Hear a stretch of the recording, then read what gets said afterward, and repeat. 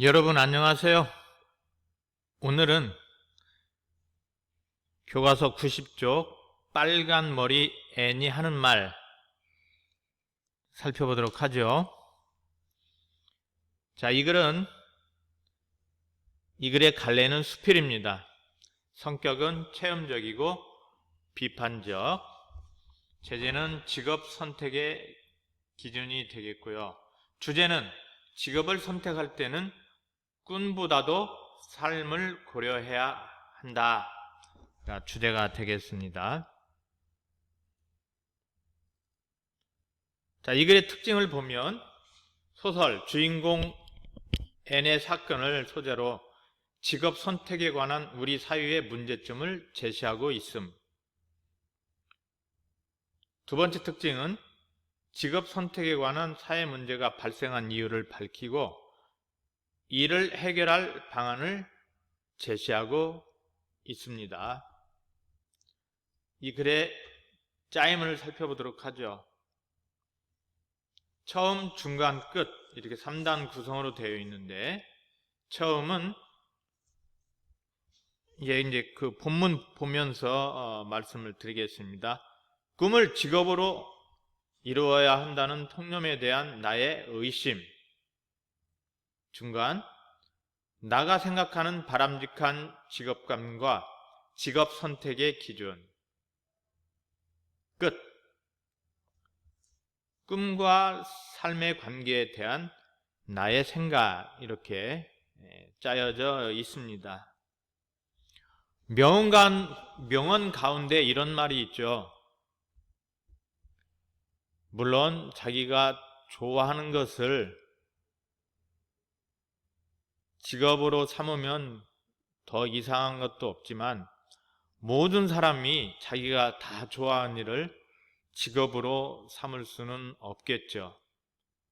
그래서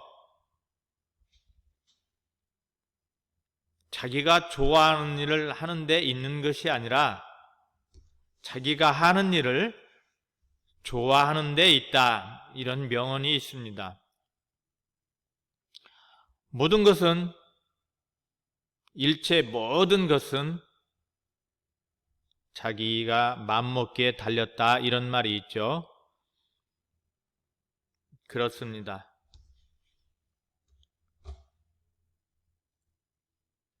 자, 본문 보죠. 핵심 정리가 끝났으니까.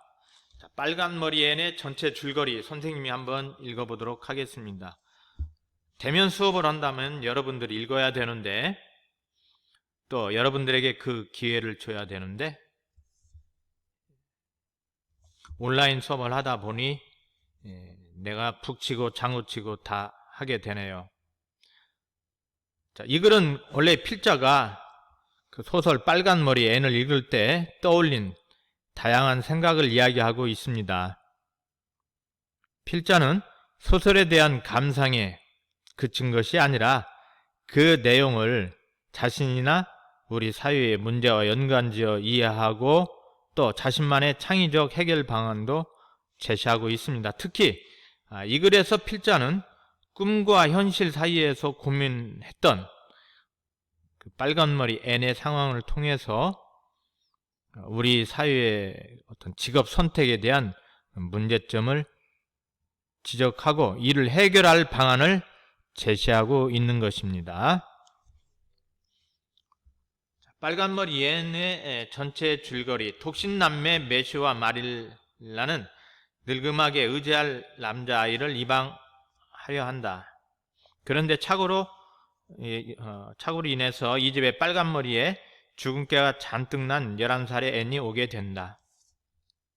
누이 마릴라는 N의 입양을 반대했으나 오빠 메시는 어딘가 엉뚱하면서도 밝은 성격이 N에게 끌려 입양을 결정한다.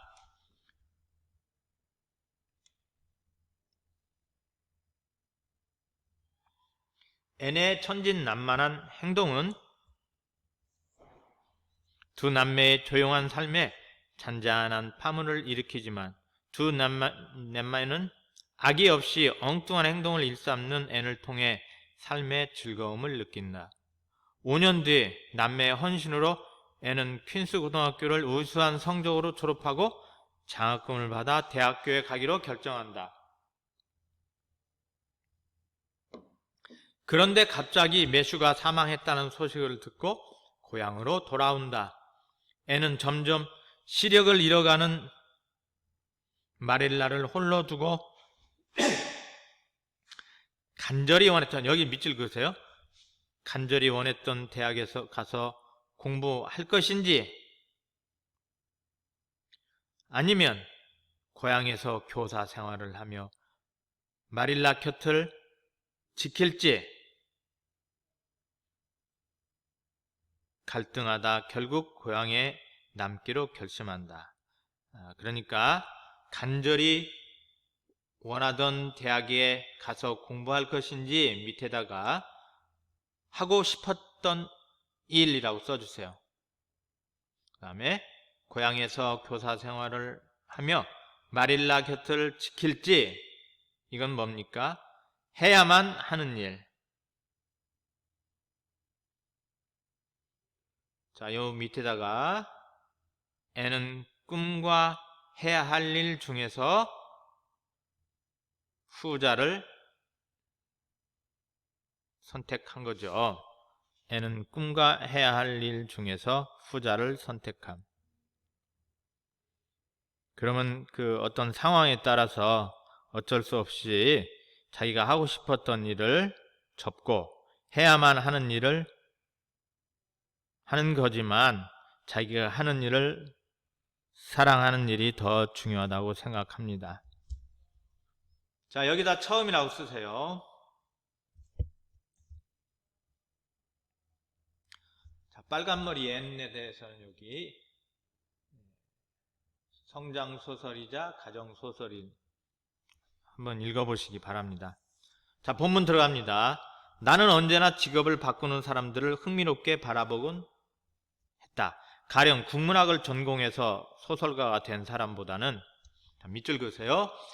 인공지능 로봇을 만들던 공학자가 벼랑간 작가로 데뷔하는 삶. 자, 이것은 직업을 바꾼 사람의 사례죠. 삶에 더 큰 매혹을 느낀다. 밑줄 그어주세요.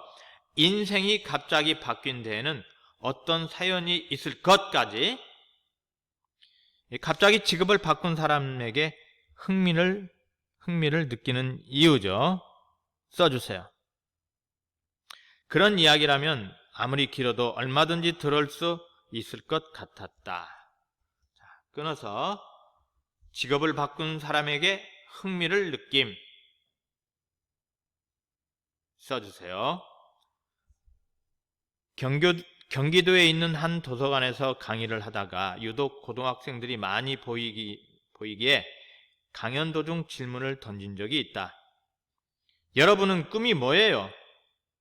공무원이라고 대답한 학생부터 다양한 답이 나왔는데 그 중에는 범죄 심리학 분석관도 있었다.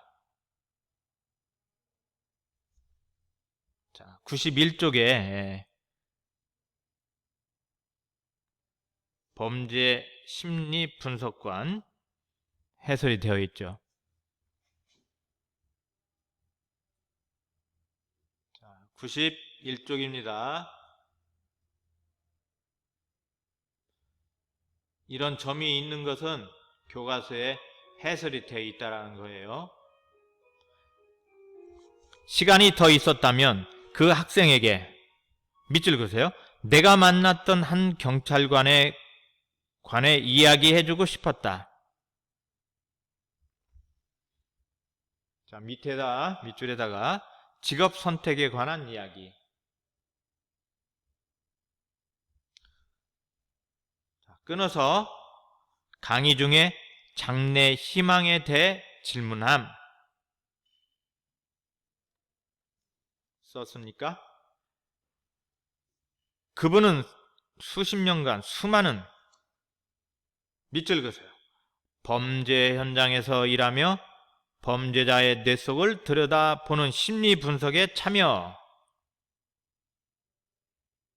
자, 그 밑에 써주세요. 범죄 심리 분석관이 하는 일. 누구보다 세상의 악을 많이 보았을 그 남자의 눈이 너무 따뜻해서 깜짝 놀랄 일은 둘째로 치고 그가 했던 말들을 기록해 놓고 싶을 만큼 내 마음을 끌었다. 취재를 끝내고 집으로 돌아가는 길, 가슴에 가장 남았던 말이 이것이었다. 제가 원해서 이 직업을 택한 것은 아닙니다. 자, 밑줄 그으세요. 먹고 살려다 보니 어쩔 수 없이 경찰이 된 거예요. 자, 이거는 자기가 하고 싶은 일이 아니라, 하고 싶었던 일이 아니라 해야만 하는 일입니다. 해야 하는 일을 선택함. 제가 이 일을 하는 건 유별난 소명의식 때문이 아니에요. 소명의식이라는 것은 부여된 어떤 명령을 꼭 수행해야 한다는 책임 있는 의식이 소명의식입니다. 부여된 어떤 명령을 꼭 수행해야 한다는 책임 있는 의식. 밑줄 그으세요. 사람들에게 필요한 일이고 도움을 주는 일이기 때문입니다. 자, 여기다 이렇게 쭉 밑줄 긋고 해야 하는 일에서의 의미 발견.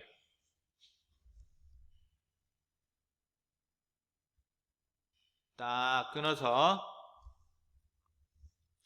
직업 선택에 관해 인상적인 말을 한 경찰관 회상.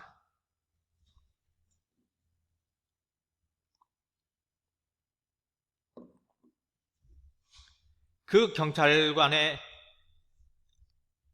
말이 각인된 데에는 이유가 있었다. 이 각인, 머릿속에 새겨 넣듯 깊이 기억되는 것을 각인이라고 하죠. 새는 알에서 깨어나서 처음 본 어떤 사물을 자기 엄마라고 생각한답니다. 그걸 각인이라고 그래요. 그점 나는 의심하고 있었다. 자, 밑줄 그으세요. 꼭 꿈을 직업으로만 이루어야 하는 걸까? 자, 밑에다 당시에 나가 의심하고 있었던 것. 사람들은 말한다. 밑줄 그으세요. 가슴 뛰는 일을 해라. 그 밑에다 써줘. 직업 선택에 관한 사회적 통념. 멋진 말이다. 하지만 밑줄, 누구나 가슴 뛰는 일을 직업으로 가질 수 있는 걸까?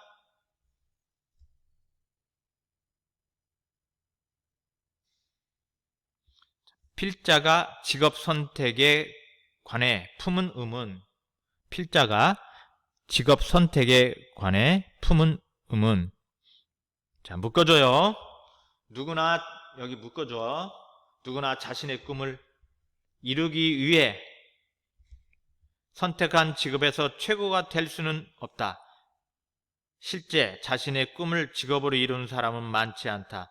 또 꿈을 직업으로 이루었다고 꼭 행복해지는 것도 아니다. 이렇게 묶어줘. 묶어서 꿈과 현실 사이에 거리가 있음.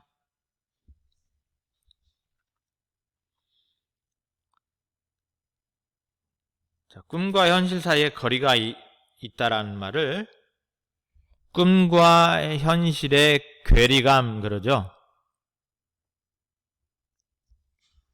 자, 끊어서 여기까지가 처음입니다. 아니다. 끊어서 직업 선택의 통념에 대한 나의 의심. 직업 선택의 통념에 대한 나의 의심. 자, 다음 시간에는 여기부터 중간부터 시작하겠습니다. 안녕.